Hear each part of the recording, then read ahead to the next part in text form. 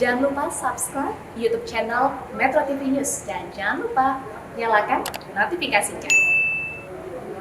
Erupsi pada Sabtu lalu 4 Desember 2021, erupsi ini bahkan menimbulkan puluhan korban jiwa. Untuk selengkapnya kita akan berbincang langsung dengan pakar geologi Institut Teknologi 10 November Surabaya, Bapak Amin Widodo. Selamat siang Pak Amin. Selamat siang Mas. Baik, Pak Amin, dalam kejadian aktivitas vulkanik Gunung Semeru Sabtu kemarin ada yang beranggapan bahwa aktivitas guguran awan panas ini tidak teramati atau bahkan kejadiannya begitu mendadak. Apakah hal itu bisa terjadi, Pak Amin? Jadi mungkin saya terangkan sedikit bahwa erupsi itu ada dua. Jadi erupsi letusan dan erupsi lelehan. Jadi seperti yang terjadi di Semeru itu adalah lelehan tadi. Dia menumpuk di atas, nanti dia runtuh sebagai awan panas guguran. Nah, yang terjadi kemarin itu atau sebelum-sebelumnya atau sejak dulu ya seperti itu Semeru itu. Jadi gugurnya lava dan diikuti awan panas wedus gembel yang kemarin itu. Nah, memang kemarin itu pada waktu Sabtu itu memang lebih besar dari biasanya. Jadi super besar. Jadi kayaknya ini lava tadi numpuk di situ sudah lama dan akhirnya ada hujan, dipicu oleh hujan, nah itu menjadi longsor lah statusnya seperti itu. Bersamaan dengan material yang dulu pernah tertampung di situ sehingga dia menjadi banjir lahar dan awan panas.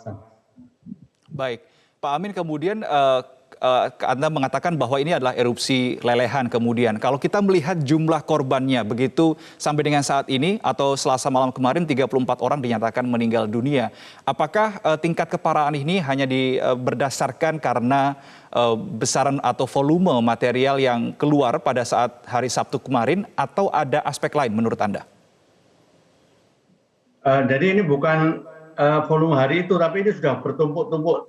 Kayaknya mungkin nanti ini harus mulai diperhatikan bahwa jadi pada saat tertentu jumlahnya bisa sangat banyak. Jadi sudah menumpuk lama dan itu menjadi longsor sehingga menghasilkan seperti yang terjadi sekarang ini. Jadi itu sangat besar, berbeda dengan yang lain. Baik, menurut Anda dengan dampaknya yang dihasilkan dari adanya erupsi lelehan Gunung Semeru kemarin hari Sabtu dengan status waspada level 2, apakah ini sudah tepat dengan penempatan status level 2 untuk Gunung Semeru, Prof. Amin? Jadi kalau kita lihat dari status gunung berapi yang di Semeru itu, karena yang diamati kan dia menggunakan ada seismograf dan alat-alat yang lain tadi. Ya. Paling utama adalah seismograf dan itu dari seismograf memang menunjukkan waspada. Nah, kemudian kemarin terjadi guguran tadi itu juga terekam oleh seismograf sebagai satu tremor demikian. Tapi memang tidak terlihat bahwa itu ukuran sebesar seberapa tadi. Nah, ini memang salah satu yang mungkin kita mengusulkan agar pihak PVMBG ataupun pemerintah memberi tambahan alat ukur baru terkait dengan longsoran ini. Jadi dengan memasang beberapa sensor kan jadi tahu guguran tadi itu ternyata besar. Nah, sehingga tadi peningkatan level waspada menjadi siaga dan lain sebagainya itu bisa dilakukan. Jadi seperti itu. Ini karena nggak ada itu dan pada waktu itu memang gelap sehingga alat-alat ukur yang lain kayak alat ukur deformasi tidak bisa melihat. Jadi pada waktu itu yang lain alat tidak bisa melihat masalahnya. Tapi bukankah sebetulnya ketika ada alat ukur seismograf ini, ketika menunjukkan ada gerakan-gerakan tertentu, apakah dari yang muncul di seismograf itu bisa diprediksi berapa besarannya atau seperti apa besarannya, Pak Amin? Nah, kalau dari seismograf tadi hanya gerunduan, jadi nggak bisa. Jadi dari dulu seismograf itu kalau guguran lava ya sebesar itu. Cuman dia volumenya menjadi besar tadi karena masalahnya ada faktor hujan tadi, ada hujan, terus ada material yang numpuk di sana dan itu turun bersama-sama, jadi tambah besar lah semacam gitu. Oke. Nggak kelihatan dari pos pantau.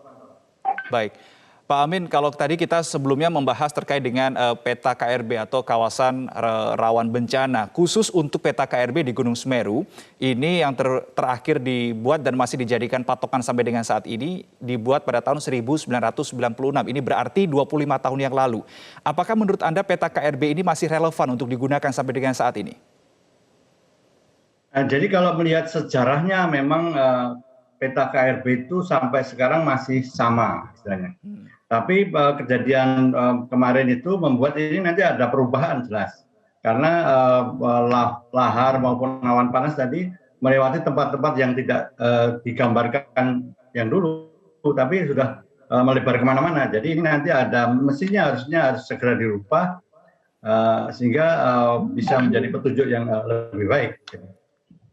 Oke. Kejadian Gunung Semeru di hari Sabtu 4 Desember 2021 sebaiknya menjadi landasan bagi pihak-pihak terkait untuk merubah seperti itu ya peta KRB di Gunung Semeru.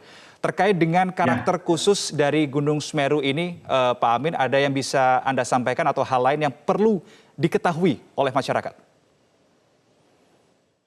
Jadi dulu pada waktu dibuat peta KRB tadi yang terpenting ya, itu harapannya itu tidak jadi hunian tetap lah di situ, dipakai hunian. Jadi tapi sekarang kemarin kalau kita lihat itu kemarin itu kejadiannya itu melewati hunian, banyak hunian, jadi menimbulkan banyak korban. Andai kata masyarakat ingin menempati daerah kawasan rawan bencana tadi, mestinya dia harus istilahnya edukasinya harus lebih tinggi dibandingkan yang di sekitarnya yang tidak di kawasan rawan. Jadi dia harus kewaspadaannya lebih tinggi. Jadi harus tahu seperti itu dan harus diketahui bahwa kecepatan awan panas itu bisa ratusan kilometer per jam. Jadi